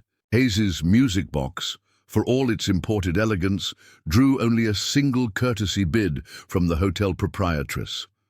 When the gavel finally fell, Voices of Silence had sold for an unprecedented sum to a consortium of Silver Bend parents, who immediately donated it to the school so that all children might learn its lessons. As the crowd dispersed and the auction continued with its more ordinary offerings, Cordelia and Nathaniel found themselves momentarily alone beside the display table. Hayes had vanished, his humiliation complete, his music box left behind. "You came," Cordelia signed, her hands trembling slightly with relief. "I promised I would," Nathaniel responded. Then, with careful precision, he signed the new words she had taught him. "I was afraid. Then I was angry. Now I am—" He hesitated, searching for the right sign, then formed the one for joy with deliberate care. Cordelia's eyes filled with tears as she recognized not just the sign, but the depth of feeling behind it. Without caring who might see, she reached out and took his hand, her fingers intertwining with his. In that moment, in the middle of Silver Bend's bustling fall festival, words, spoken or signed, seemed entirely unnecessary. Some truths needed no translation at all.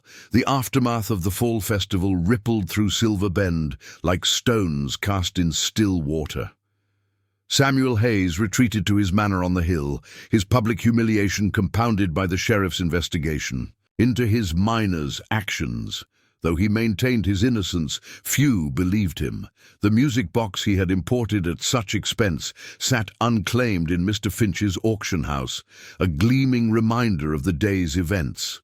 For Cordelia and Nathaniel, life shifted in subtle but significant ways. No longer were they merely tolerated oddities on the fringes of town life. They had become, almost overnight, symbols of something many in Silver Bend hadn't realized they valued. Authenticity over pretense, connection over convention.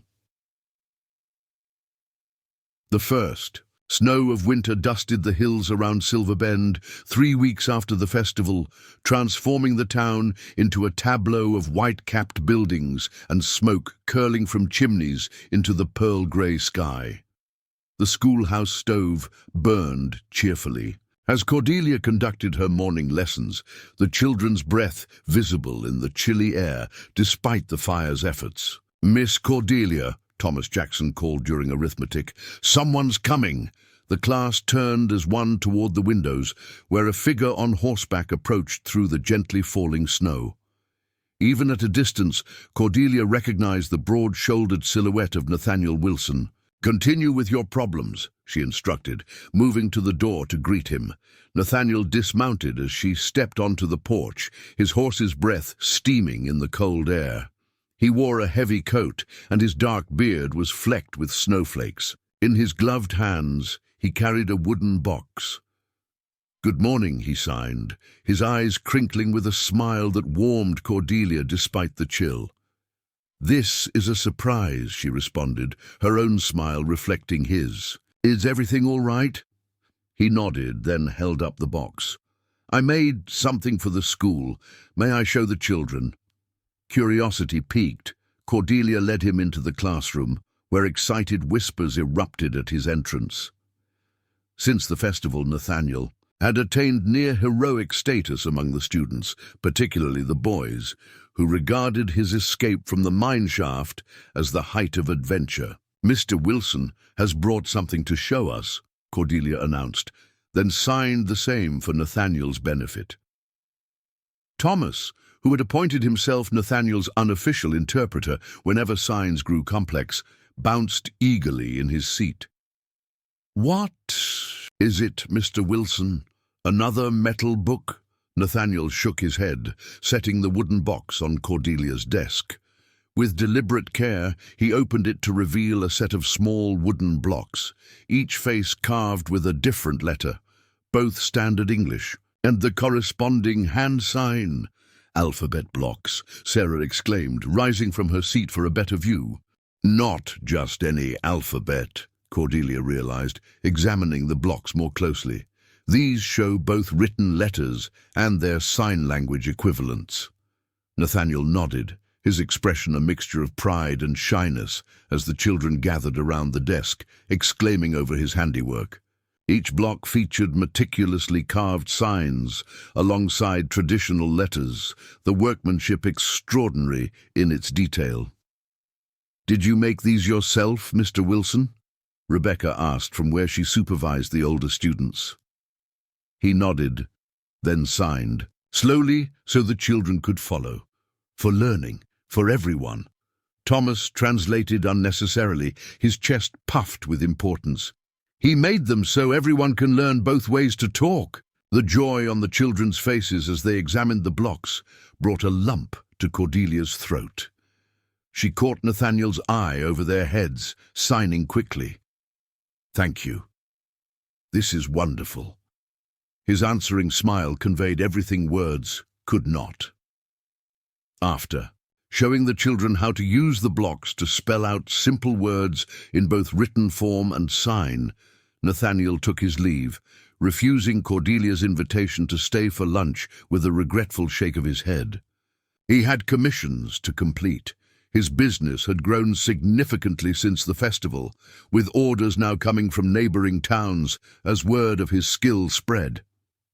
As she watched him ride away through the steadily falling snow, Cordelia felt a now familiar warmth suffuse her chest. What had begun as a practical alliance between two outsiders had grown into something deeper, more profound.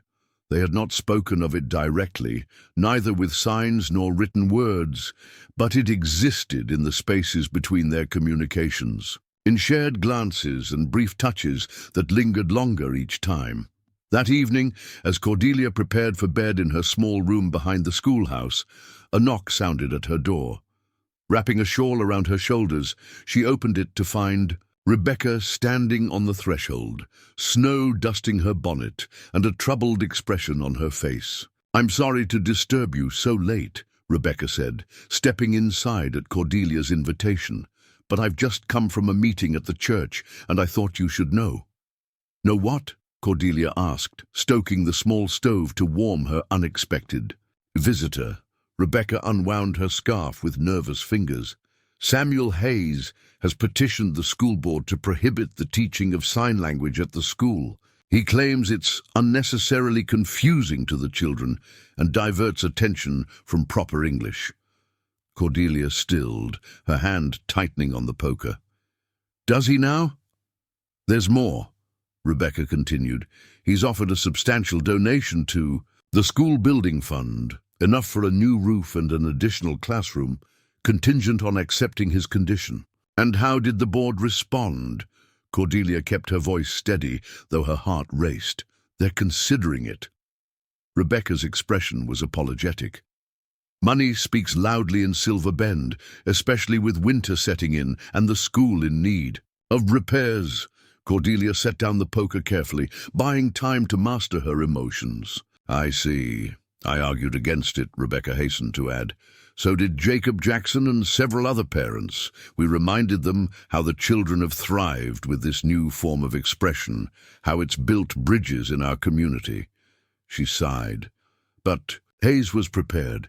He brought along Mrs. Ellison from Sacramento, a proper teacher with credentials from an Eastern college. Suggested she could replace... She trailed off, unable to complete the sentence. "Me," Cordelia finished for her. "He suggested Mrs. Ellison could replace me." Rebecca nodded unhappily. "The board will vote tomorrow evening. I wanted you to have time to prepare." After Rebecca left, Cordelia sat by her window, watching snowflakes swirl in the amber glow of the street lamps. Hayes's move was calculated, a subtle revenge disguised as generosity. The board might resist his influence if only money were involved, but the combination of financial incentive and a credentialed teacher would be difficult. To refuse, the thought of leaving Silver Bend sent a pang through Cordelia's chest. This place, which had initially rejected her, had become home in ways she had never anticipated. Her students, her friendship with Rebecca, her deepening bond with Nathaniel, all hung in the balance because one man couldn't accept defeat gracefully. Sleep eluded her that night, her mind churning with scenarios and potential arguments for the board meeting. By morning, she had reached a decision. She would not fight Hayes on his terms, with loud arguments and political maneuvering. She would face this challenge as she had faced every other in her life, with quiet determination and the truth of her actions. The school day passed in a blur of lessons and concerned glances from Rebecca. Cordelia maintained her usual calm demeanor, though several children noticed her distraction during afternoon recitation. "Are you sad, Miss Cordelia?" Sarah asked during dismissal, her small face pinched with worry. Cordelia knelt to the child's level, signing as she spoke. "Not sad, just thinking very hard about something important." "Is it a grown-up problem?" Thomas interjected, having appointed himself part of all interesting conversations. "Pa says grown-ups always have problems they don't tell kids about."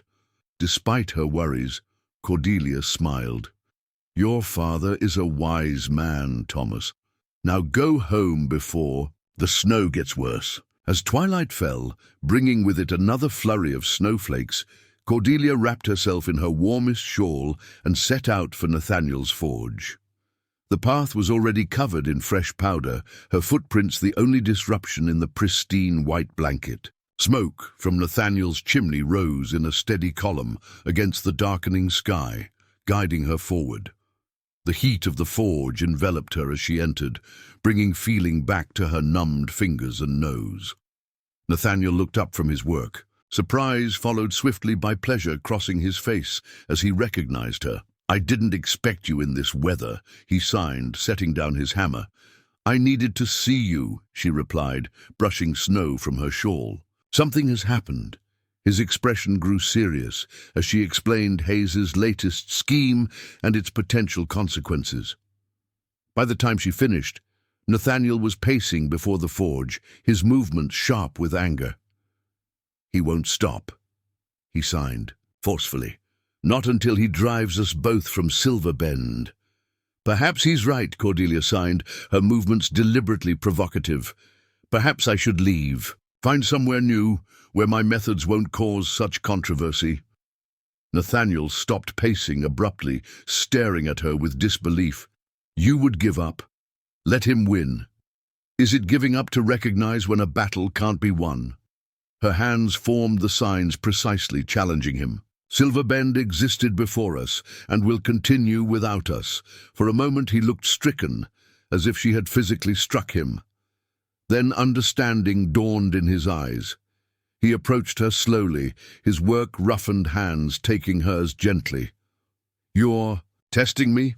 he signed, his mouth quivering into a half-smile. "Seeing if I'll encourage you to run." She nodded, relief washing through her that he had seen through her pretense so easily. And I think," he signed deliberately, "that we should attend this board meeting together." The school board convened the following evening in the church hall, its 5 members seated at a table facing rows of benches filled with concerned parents and citizens. Samuel Hayes occupied a prominent position in the front row, flanked by Mrs. Ellison, a severe-looking woman in an expensive traveling costume, and his lawyer from Sacramento. Cordelia and Nathaniel entered together, drawing all eyes as they made their way to seats near the back. They had agreed on a strategy during the previous evening's conversation. They would observe first, understand the board's inclinations, then act accordingly. The meeting began with formal introductions and an explanation of the proposal before them. Hayes rose to speak, his voice carrying confidently through the crowded hall. Ladies and gentlemen of the board, esteemed citizens of Silver Bend, I come before you today not as a critic, but as a benefactor. Our growing town deserves an educational facility equal to its promise, a school that will prepare our children for success in the wider world. He gestured toward Mrs. Ellison. I have engaged, at personal expense, a qualified educator from Sacramento to assess our current curriculum. Her findings suggest that while our school has certain charms, it lacks the rigor and focus required for a modern education. Mrs. Ellison nodded primly on cue. Hayes continued, his voice taking on a concerned tone that Cordelia recognized as entirely artificial. Of particular concern is the recent inclusion of so-called sign language in our children's instruction. While potentially interesting as a curiosity, this practice diverts valuable time from essential subjects and may actually impede proper linguistic development. A murmur ran through the assembled parents, some nodding agreement, others frowning in disagreement. Hayes pressed, on undeterred. My offer is simple. A generous donation to fund immediate school repairs and expansion, coupled with the engagement of Mrs. Ellison as a consultant to update our curriculum to the highest standards. In return, I ask only that we refocus our educational priorities on proven methods that will serve our children well in the future. The board chairman, Mr. Peterson, stroked his beard thoughtfully. Your concerns are noted, Mr. Hayes, and your generosity is commendable. However, we should also hear from those with differing perspectives. He glanced around the room. Would anyone else care to address the board on this matter? Jacob Jackson stood immediately. I would, sir, as a parent and a taxpayer. For the next half hour, various citizens presented their views, some supporting Hayes's proposal, others defending the current teaching methods. Through it all, Cordelia sat quietly beside Nathaniel, observing the board members' reactions. 3 seemed swayed by Hayes's arguments, while 2 appeared more sympathetic to the parents' defense of sign language. Finally, Mr. Peterson's gaze found Cordelia in the back row. Miss Palmer, as the teacher most directly involved in this matter, would you care to offer your thoughts? All heads turned toward her as she rose, straightening her simple grey dress before moving to the front of the room. Nathaniel followed. Standing slightly behind her in silent support, Cordelia looked out at the assembled faces, curious, judgmental, supportive, hostile, and took a deep breath. This was the moment that would determine not just her future, but the future of what she and Nathaniel had built in Silver Bend. The room fell silent, waiting for her defense. And Cordelia Palmer, the woman who had been rejected for being too quiet, prepared to make the most important speech of her life. The church hall fell silent as Cordelia stood before the school board, lamplight casting long shadows across the wooden floor. Outside, snow continued to fall, muffling the world in a blanket of white that seemed to hold Silver Bend in suspension, waiting for her words. She did not speak immediately. Instead, she turned to Nathaniel and signed a brief request. He nodded and stepped forward to stand beside her, his steady presence bolstering her resolve. Distinguished members of the board, neighbors, friends, Cordelia began, her voice soft but clear in the hushed room. I came to Silver Bend nearly 6 months ago as a mail-order bride, rejected before I could truly begin, because I was deemed too quiet for this lively town. She paused, allowing her gaze to find Samuel Hayes among the crowd. He shifted uncomfortably. Under her direct look, Mr. Hayes believed that my quietness was a flaw, that a woman of value must command attention with her voice. I understand his position. In a town built on silver strikes and bold claims, silence can seem like weakness. Cordelia turned slightly toward Nathaniel.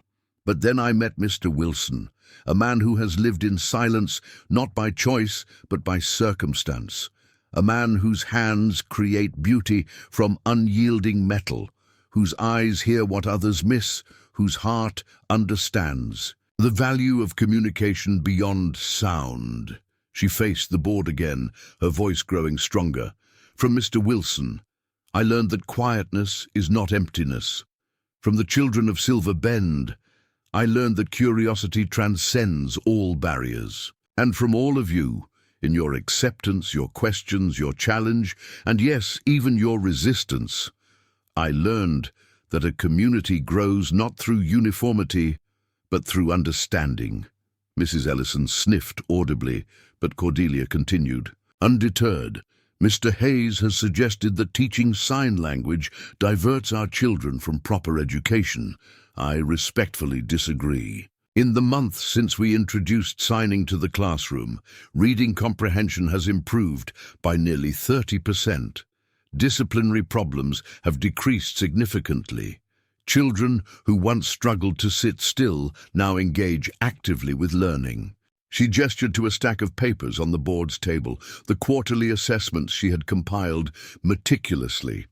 The evidence is in your hands. These are not simply my observations, but measurable results. Mr. Peterson shuffled through the papers, his brow furrowed in concentration.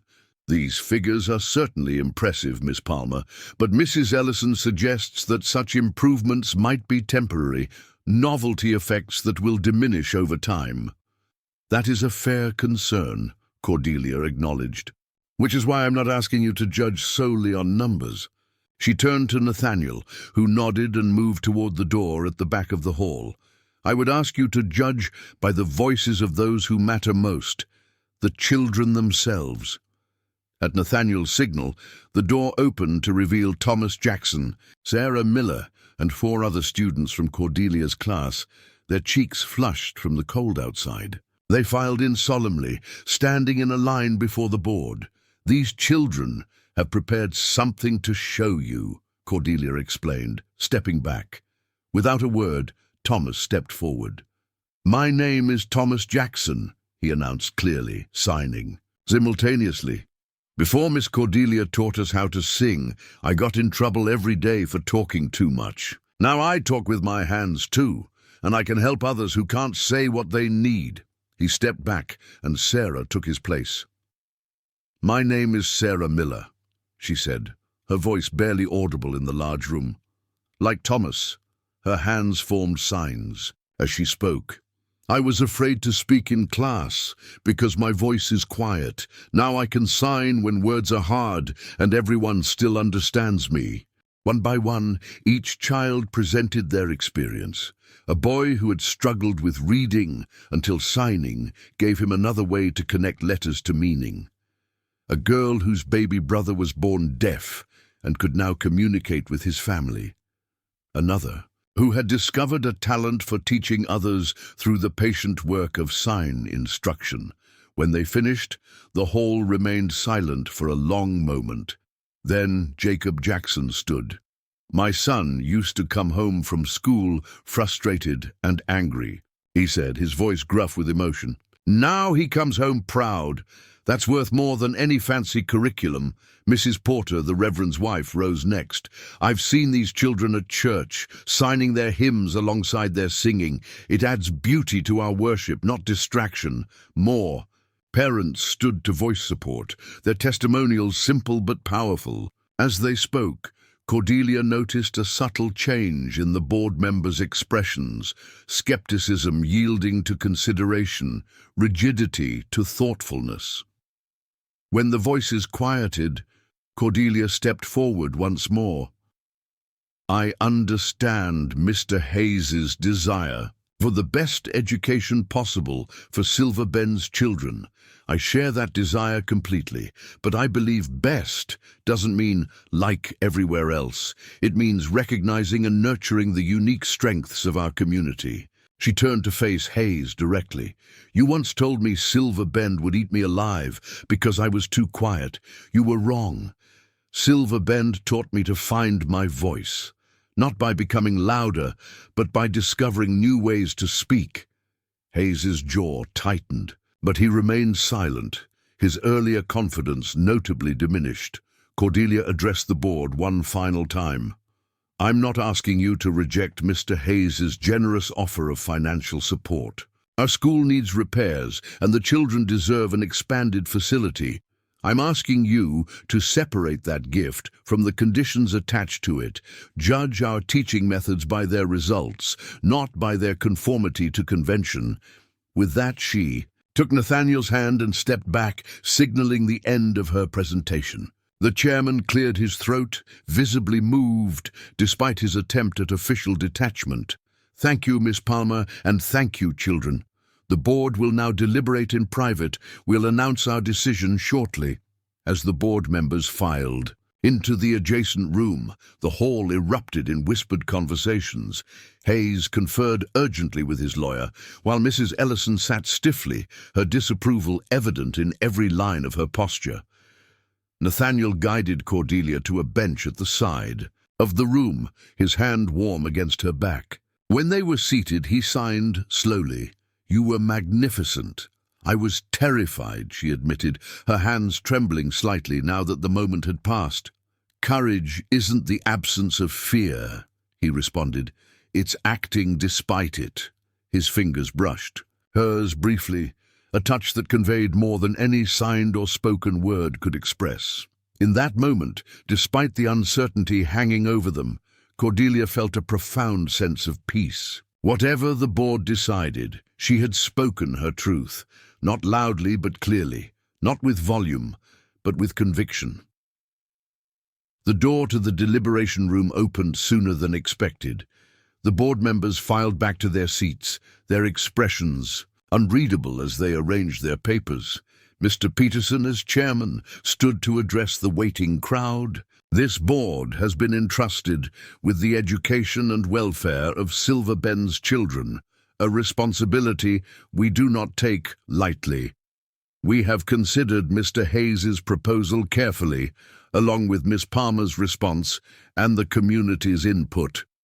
He paused, his gaze sweeping the room. "Silver Bend has always prided itself on independence, on finding our own way forward rather than simply following established paths. It is in that spirit that we've reached our decision." The room held its collective breath. Cordelia felt Nathaniel's hand close around hers. "We gratefully accept Mr. Hayes's financial contribution to improve our school facilities," Peterson announced. "However, we decline the condition to remove sign language instruction from our curriculum or to replace our current teaching staff." A cheer erupted from the parents and children, quickly hushed as Peterson raised his hand for silence. "Furthermore, we propose establishing Silver Bend School as a place where traditional education and innovative approaches like sign language instruction can coexist and complement each other. To that end, we invite Mrs. Ellison to consider a position not as a replacement but as an addition to our faculty, bringing her expertise to enhance our existing program." Mrs. Ellison blinked in surprise, clearly unprepared for this compromise. Hayes rose abruptly, his face flushed with anger, or embarrassment, perhaps both. "If you reject my conditions, you reject my donation," he stated flatly. Peterson nodded solemnly. "That is your right, Mr. Hayes. However, several board members have pledged personal contributions to begin our renovation fund, and Jacob Jackson has offered timber from his property for the new classroom. Silver Bend has never relied on any single individual for its prosperity. We won't start now." Hayes stood frozen for a moment, caught between pride and pragmatism. Then, unexpectedly, Mrs. Ellison rose beside him. "Mr. Hayes, if I may," she said, crisply. "I came to evaluate a teaching method I assumed was frivolous. What I've witnessed tonight suggests my assumption was incorrect." She turned to address the board directly. "I would be interested in learning more about this dual approach to education. Perhaps we might discuss terms for a consulting role rather than a replacement position." The tension in the room shifted perceptibly. Hayes, finding himself suddenly isolated in his opposition, struggled visibly with his response. Finally, with A stiff nod, he resumed his seat. "My offer stands," he said tightly. "Use the money as you see fit." A collective sigh of relief rippled through the hall. As the meeting formally concluded and people began to disperse, Cordelia found herself surrounded by well-wishers and congratulations. Through it all, Nathaniel remained at her side, a steady presence in the swirl of excitement. As they finally stepped out into the snowy night, Silver Bend lay transformed before them, not just by the blanket of white that softened its rugged edges, but by the knowledge that this place, which had once seemed so hostile to silence, had found value in quieter ways of being. They walked slowly toward the schoolhouse, their footprints leaving parallel tracks in the fresh snow. Neither spoke nor signed, content in the companionable silence they had come to cherish. At Cordelia's door they paused. Snowflakes danced in the lamplight, settling on Nathaniel's broad shoulders and in Cordelia's hair like tiny stars. "What happens now?" Nathaniel signed, his expression serious beneath its usual calm. Cordelia considered the question, understanding its layers of meaning. "Now we build," she signed back. "Not just the school, everything." His eyes searched hers, seeking confirmation of what remained unspoken between them. Together, he signed simply.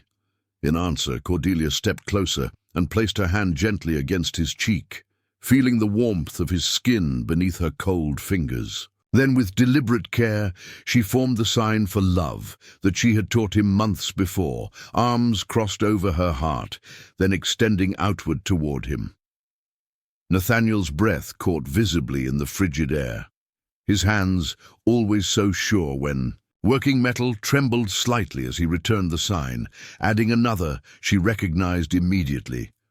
Forever. No words were needed as he gathered her into his arms, the language of their embrace more eloquent than any speech could be. Spring came late to Silver Bend that year, but when it arrived, it brought transformations beyond the mere changing of seasons. The schoolhouse sported a new roof, gleaming with fresh shingles, and an additional classroom extended from its eastern side, built with timber from the Jackson property and labor donated by miners and merchants alike. Inside those expanded walls, something unique in the Western Territories had taken shape. A school where children learned reading and arithmetic alongside sign language, where two teaching methods complement rather than compete with each other, and where difference was celebrated as an advantage rather than tolerated as a burden. Samuel Hayes had eventually reconciled himself to the board's decision, and if he never fully embraced the innovative approach to education, he at least refrained from further opposition. His music box, finally purchased by Mrs. Porter at a reduced price, played in the church parlor during Sunday socials, its delicate melody harmonizing with the animated conversations, both spoken and signed, that filled the room. On a particularly fine May afternoon, as wildflowers painted the hills around Silver Bend in a riot of color, the town gathered once more, this time to witness a wedding unlike any they had seen before. Cordelia Palmer stood beneath an arch of twisted willow branches before Reverend Porter, wearing a simple dress of pale blue silk, her honey-brown hair adorned with tiny white blossoms. Beside her stood Nathaniel Wilson, his usually work-rough hands clean and steady as they signed his vows in the profound silence that had once divided them but now united them. For each promise he signed, she spoke aloud, her voice clear and confident. For each promise she voiced, his hands shaped the corresponding signs, creating a ceremony that existed in both worlds at once. When Reverend Porter pronounced them husband and wife, the children from the school released a flock of paper birds into the air, each one inscribed with words of blessing in both English and sign language symbols, bridging worlds just as Cordelia and Nathaniel had done. Later, As they danced beneath lanterns strung across the town square, Nathaniel following the vibrations of the music through the wooden platform beneath his feet, Thomas Jackson approached. With his father. "Pa says to tell you we're leaving Silver Bend," the boy announced, his hands automatically forming signs alongside his words, a habit now so ingrained he did it without thinking. Leaving. Cordelia's heart sank at the thought of losing her first and most enthusiastic pupil. "But why?" Jacob Jackson smiled reassuringly. "Not for good, Mrs. Wilson. I've been asked to help establish a school in Pinecrest that follows your teaching methods. Seems word has spread about what you've accomplished here. They want Thomas to help teach the children signs," he added proudly. "My boy's become something of an expert, thanks to you both." As they watched Thomas demonstrate a new sign he'd created to a circle of attentive young friends, Nathaniel squeezed Cordelia's hand. She turned to find him watching her with an expression of such profound happiness that it nearly took her breath away. "Did you ever imagine this?" he signed, gesturing to the celebration around them, to the easy mingling of spoken and signed conversations, to the community that had embraced what once made them outsiders.